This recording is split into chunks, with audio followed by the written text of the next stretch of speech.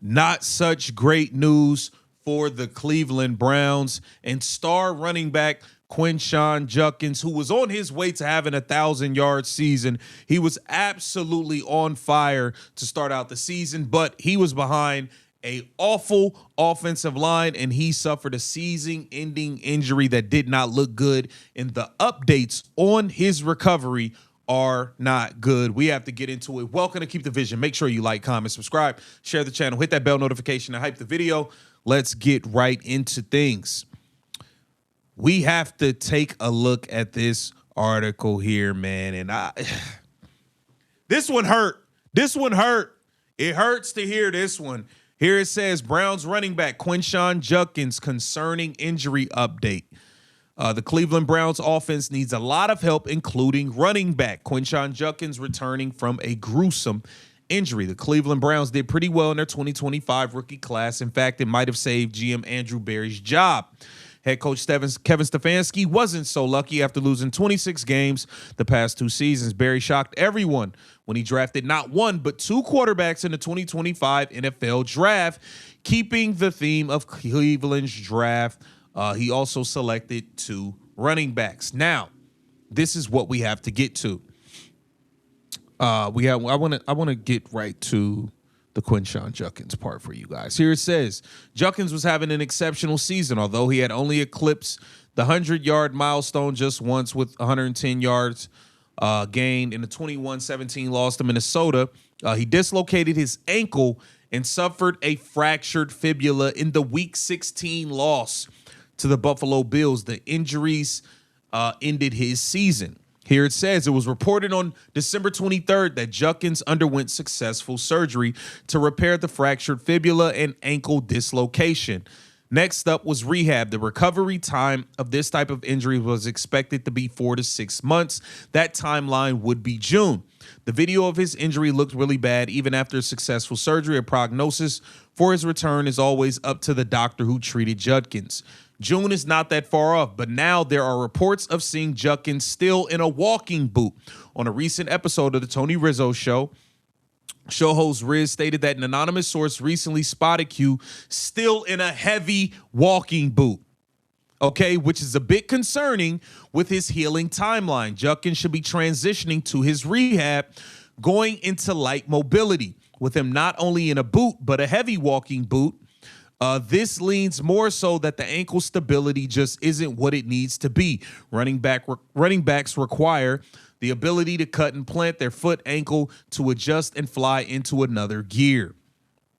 Here it says, with the sighting of Judkins, Rizzo stated it's not good regarding his rehab. Newly hired head coach Todd Monken has had an offensive scheme of power spread, which places a good emphasis on the running backs being able to be the bell cow. Will this medical pause make Judkins iffy for opening weekend of games? So this isn't good here. This is not good news. It appears that Quinshon Judkins may be behind schedule in his recovery. We saw it was a nasty, gruesome injury. One that you should take your time for. You want him to come back at 110%. But it appears that he is not on track for that June date, which was thrown out there initially. And he's still in a heavy walking boot, has not started rehab, I guess. So it appears that he is not up on schedule, and he may be behind schedule with his recovery of that gruesome injury. So this is bad news for Shedeur Sanders and the Cleveland Browns. Not good news at all. Now we got to go over here. My man G. Bush was in the spot cooking over at UCSS. And here we are talking about this new defensive coordinator hire. There are a few candidates up. Let's take a look at what my man G. Bush had to say. Now vacant defensive coordinator position. Hey, man, this is the easiest question you done already gave me. This is an internal candidate all day and twice on Sunday. And it probably going to end up being Tarver. They like him around the league. He got some experience. He's the linebackers coach. So that means Carson Schlesinger is the one calling the plays. That's the person that's naming out different things on the defense.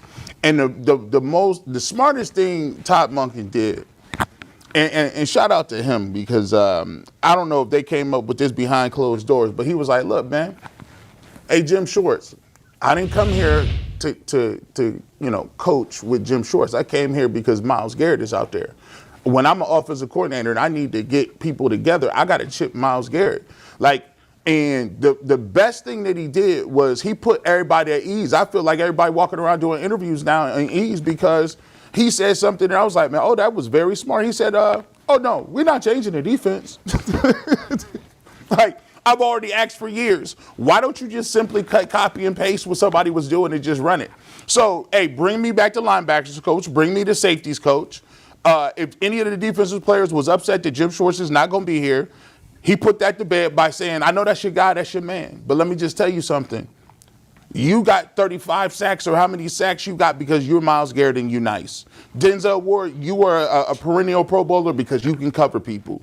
We're not going to recreate the wheel. We're not going to come in here and I'm going to bring a bunch of outside dudes in because guess what? This team is built a certain way and it's built to run that defense. So let me find somebody that's going to take a promotion that can come on here, run some of the same things they've been running, and we're going to keep the party rolling. So to me, I think it's smart that he does an internal candidate because it gives you some buy-in.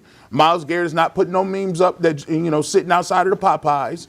And you're going to know that, guys, if you was eating before, you'll continue.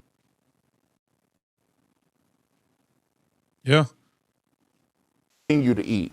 If you was getting sacks and you loved the defense before, don't be worried about that. We're going to keep some of the guys, the pieces, and we're going to keep rolling. So I think it'll be an internal hire. I just think he's going to keep most of the defensive staff because that was the successful part so you can concentrate on offense. I think the smart play would have been to keep continuity and have Jim Schwartz be the defensive coordinator. Jim Schwartz that's the smartest play. Let me ask you a question, Jason. Because I heard over the weekend, and I didn't get a chance to read much because I was very busy this weekend, but someone told me over the weekend that the ship has not sailed on Jim Schwartz, that there could be some sort of a common ground found. No. And no, that's over, man. Like, Jay Crawford, you always wishing upon a star-ass nigga, man. Like, god damn, let it go, bro. Jim Schwartz resigned. He's moving on, bro. Move on, bro. Like he's going elsewhere. You don't even want that type of energy in the building anymore. If I'm the head coach after you did all that, I'm definitely cool. You know what I'm saying? I'm willing to elevate somebody else, but no, we can't have that, man. We cannot have that type of energy. I get it. Listen, we'll keep the defense the same. Somebody else call the damn plays. It's that simple. Get down in the comments. Let me know what y'all think about this Quinshon Judkins injury situation. This Keep the Vision. Make sure you like, comment, subscribe, and share the channel.